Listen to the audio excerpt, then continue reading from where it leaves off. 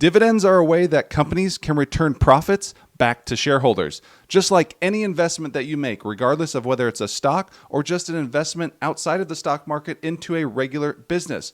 You are hoping that, number one, you'll get your capital back, but on top of that, you want to earn profits. And dividends is one way that businesses can return profits back to its shareholders or owners of the business.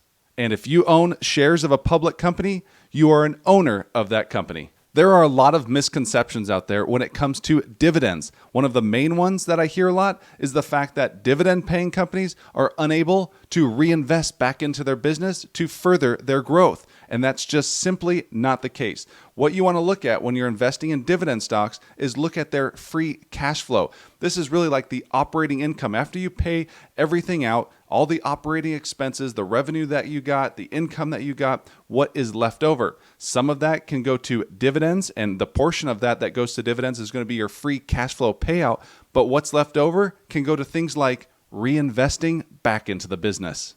Dividends are typically paid out on a quarterly basis, but there are some stocks that buck that trend, and some that even pay on a monthly basis. And in today's video, we are going to look at a simple 4-stock portfolio that will have you earning at least $1,000 every month, totaling over $12,000 annually just in the first year. So with that being said, if you could do me a huge favor and show your appreciation, if you really like dividend stocks and you like the content that we consistently put out, then do me a huge favor and smash that like button down below, as it really helps the growth of this channel, and I truly appreciate it. And with that being said, let's get started.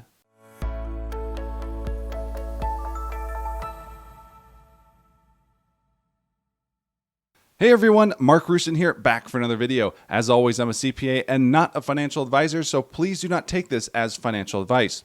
Have you ever felt like you're in a dead-end job or a dead-end position simply due to the fact that you don't have a certain qualification or certain amount of schooling? After all, a degree doesn't just give you the education that you need, but it also differentiates yourself from the crowd and from other folks that are gunning for a certain position.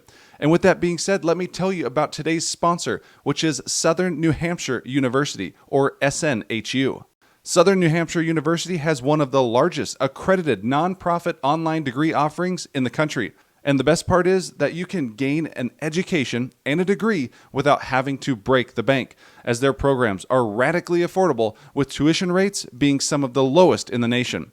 For example, if you're interested in earning a finance degree, you can find details as well as an average salary figures, which are always updated regarding that degree on their webpage. To find out more and learn more about all the offerings they have, go to my sponsor's webpage, which is snhu.edu/Mark, to learn how you can get started today. So now let's get back to our video, where we're going to be looking at 4 dividend-paying stocks that will have us earning $1,000 every month. And again, this is a 4-stock portfolio, so we're going to go through each and every dividend stock. We'll look at the actual company. We're going to take a look at their valuation as well as their dividend stats. And at the very end, we'll go through and I will lay it out in a chart how you could be earning $1,000 every month. So make sure you stay tuned throughout the entirety of today's video. Let's begin with dividend stock number 1, which is Realty Income, stock ticker O.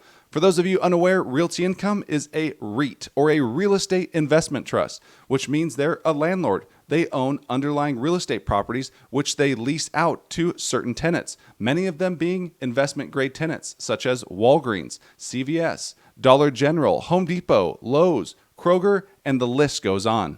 Realty Income is known for having high-quality tenants in great locations. One reason we know that is the fact that their occupancy rate is usually well above 90% or higher. A great portfolio has turned great results, consistent results, which has always made Realty Income a great investment. But one reason that they're really popular, especially in the retail community, is for their monthly dividend. The company pays their dividend each and every month. After all, they coined themselves the monthly dividend company. The company is a dividend aristocrat, which means they have paid a growing dividend for at least 25 consecutive years. Looking here at the dividend, you can see that Realty Income pays a high dividend yield of 5.3%. REITs are not a sector that's really in favor right now, as many investors are looking to many growth sectors. But for long-term minded investors, Realty Income and the REIT sector, this is a great spot to nibble, in my opinion. Now let's take a look at valuation, looking here at this fast graphs chart, which will show analysts' earnings expectations for future years. And we can also see where the company has been trading over a certain time period.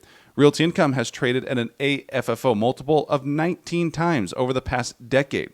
Right now, you can pick up shares of Realty Income for just 14 times, which is nearing the 2020 pandemic lows in terms of valuation.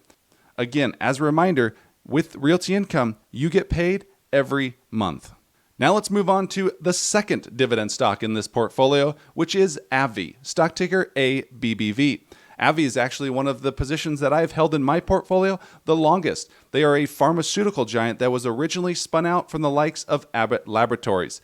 Abbvie currently has a market cap of $265 billion, and over the past 12 months, the stock is up 6%. Abbvie has long been known as having the number one selling drug in the world, which was Humira. But at the start of 2023, Humira had lost or saw its patent protection expire, which means revenues are likely and have been coming down at a fast rate. However, they have a solid portfolio of new products that are up and coming and growing at a strong rate. Two of those being Skyrizi and Rinvoq. And the faster those two can get brought up to speed, the faster those two can take the torch that Humira once held. Let's first take a look at valuation before we take a look at the dividend. Analysts are calling for 2023 EPS to fall 20% to $11.04 per share, and much of that has to do with Humira's patent protection expiration.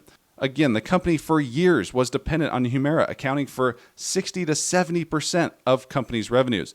So this does not come as a surprise, but growth is expected to return in late 2024 and 2025 as those new and smaller drugs are brought up to speed.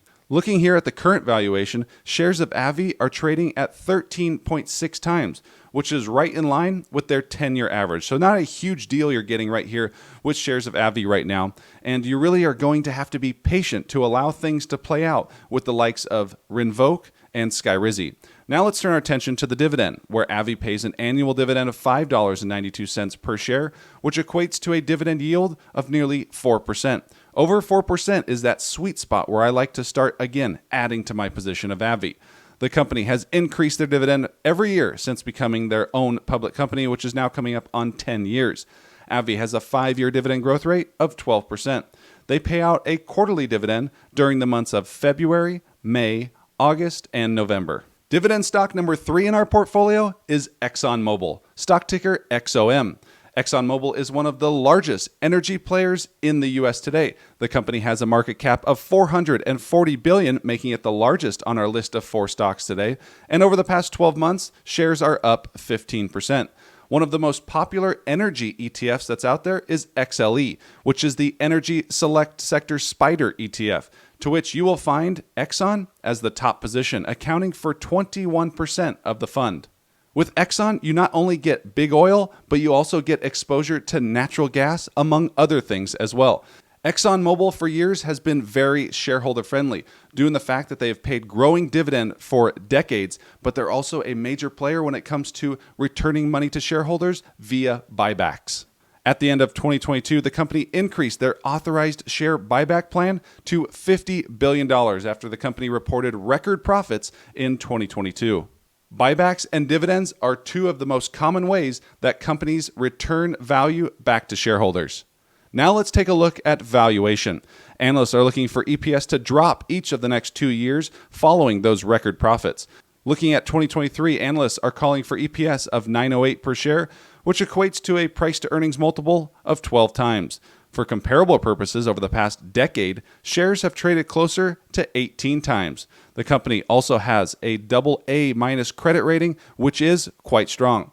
Now for the dividend. Exxon pays an annual dividend of $3.64 per share, which equates to a dividend yield of 3.3%. The company has grown their dividend for 41 consecutive years, making this yet another dividend aristocrat.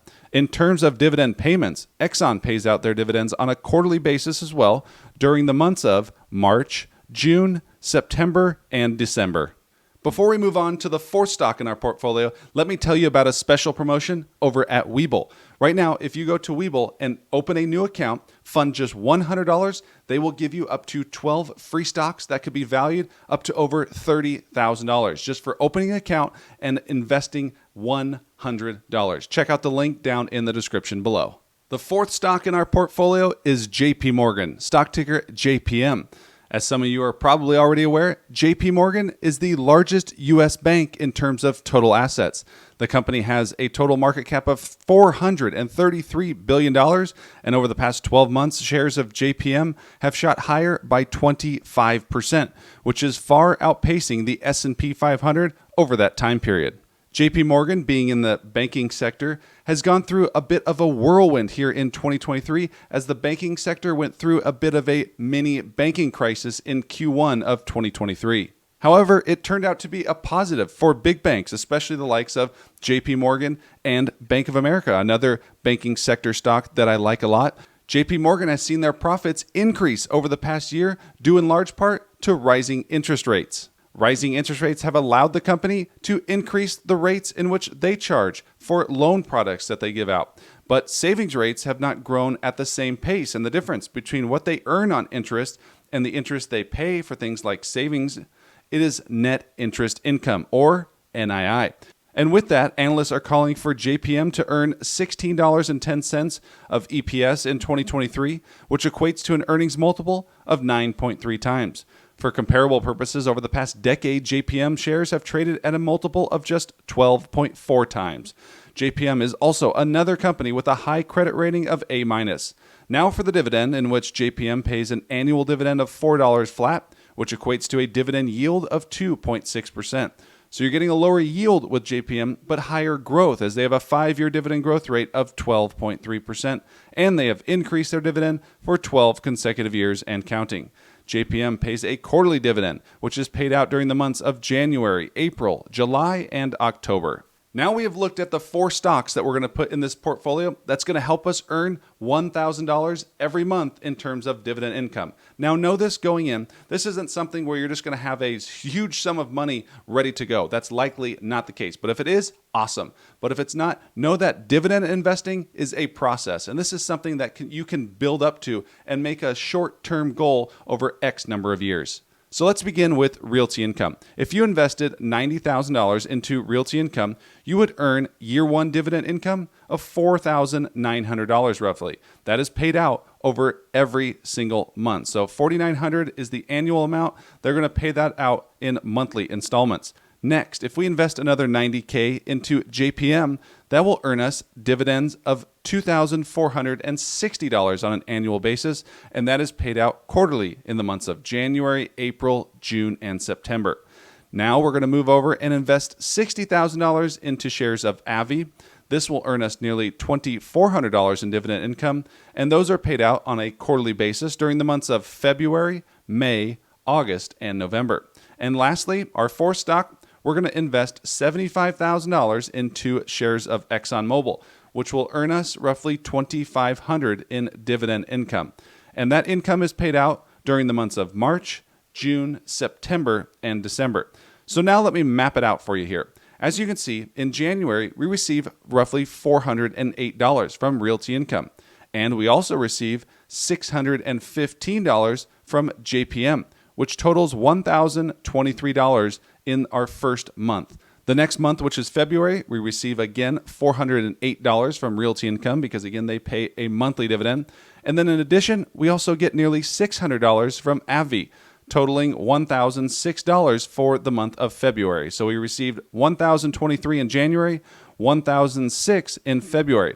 And you can see now how this plays on and so forth throughout the year, earning us $1,000 each and every month. The great thing also is the fact that all of these companies increase their dividend. So in the case of Realty Income, they actually increase their dividend not on an annual basis, but on a quarterly basis. So that 408 might be 410, then 412, then 15, and you can see how the snowball starts gaining traction in your favor. And again, I know you're not going to have $315,000 laying around. That's not likely. But again, this is something that's a process and something that you can build upon. As you get paid a dividend, you can reinvest that, which will give you more shares. And the next year, when the company increases their dividend, assuming they're a dividend growth stock, you will now have more shares and they will be paying out a higher dividend. And you can see how that process gets moving in your favor.